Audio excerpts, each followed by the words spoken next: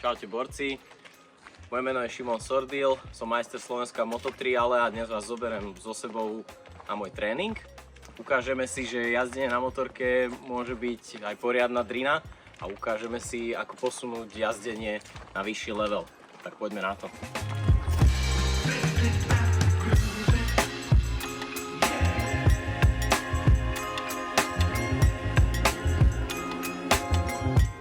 Teraz si ukážeme správnu techniku, ako vyskočiť s motorkou na nejakú prekážku. My začíname zatiaľ na menšej prekážke, postupne pôjdeme na väčšie prekážky. Zatiaľ sme v takomto základnom leveli. Takže ukážeme si správnu techniku, aký treba mať postoj, ako treba pracovať s plynom, so spojkou a vlastne, aby jazdec tú prekážku zvládol technicky správne a bezpečne. Prepružíš tú motorku predtým?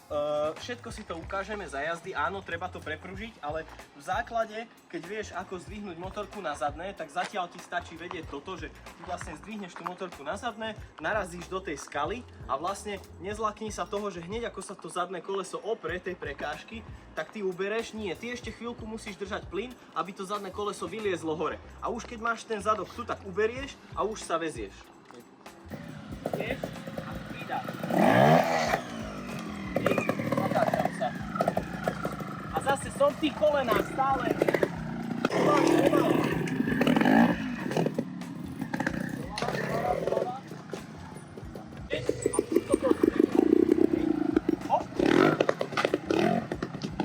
Trošku podr... Ale keď pridáš, tak už držíš ten plyn, až kým nepríde to zadné hore na tú hranu tej skaly.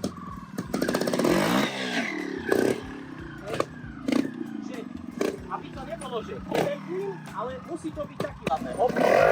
To je ono, fajn, to bolo pekné. Hop. Dobre,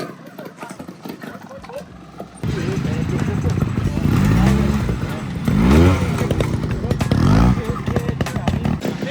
Pekne si čutni do toho do kolena, plynule sa rozbehni.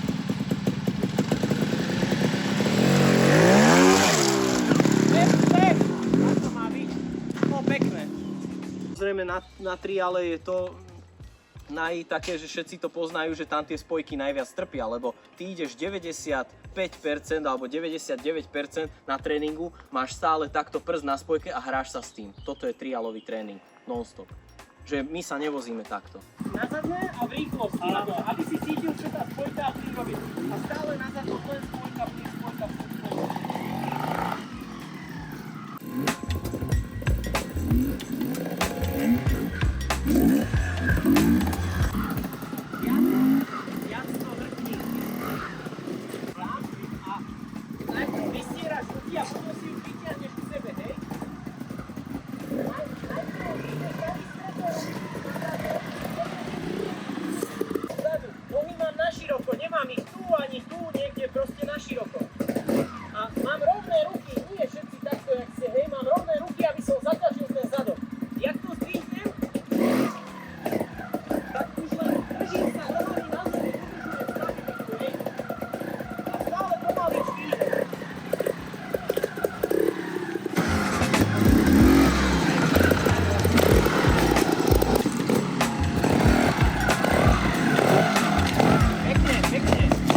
Áno, spojka plyn, viem ako to funguje, hej, lenže tuto to funguje na takej, jak by som povedal, na takej molekulárnej úrovni, že tu sa snažíš s tou spojkou pohýňať ju o milimetrík a už to robí niečo iné, lebo ty musíš s motorkou aj zatáčať všetko.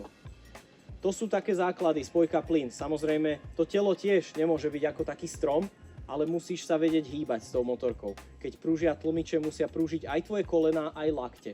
Pridávať veľmi jemne a so spojkou tiež sa pracuje pomaly, aby si sa vedel otáčať. Vieš, ty musíš cítiť tú motorku, že keď si v tej pozícii držíš rovnováhu, tak mne stačí len malinko pustiť spojku a malinko pridať a ide to. Je tam dôležitý ten cit, lebo ty stojíš takto a robíš chybu, že pridáš veľa a pustíš spojku. Potom to vyzerá nejak takto, je to úplne že nekontrolovateľné. že keď aj ideš do tej zákruty, nikdy to nejde tak, že mám proste rovné nohy a vytočím tú zákrutu. Vždy sa musíš vlastne do tej zákruty ako keby aj s kolenami, aj s telom nahnúť a celý sa tak tlačiť a mať tú váhu svojho tela niekde v strede tej motorky. Keď si moc vzadu, ten predok ti ujde. Keď si moc vpredu, zadok ti hrabne zase. Čiže ty musíš byť vždy niekde v strede. Ja to vždy vravím, že keď aj my tu trénujeme a učím vás niečo, není to len o tom prísť sem na tréning a budem dobrý. Dôležité je to, akú si ty robíš domácu úlohu. Koľko ty doma trénuješ a koľko tomu venuješ času.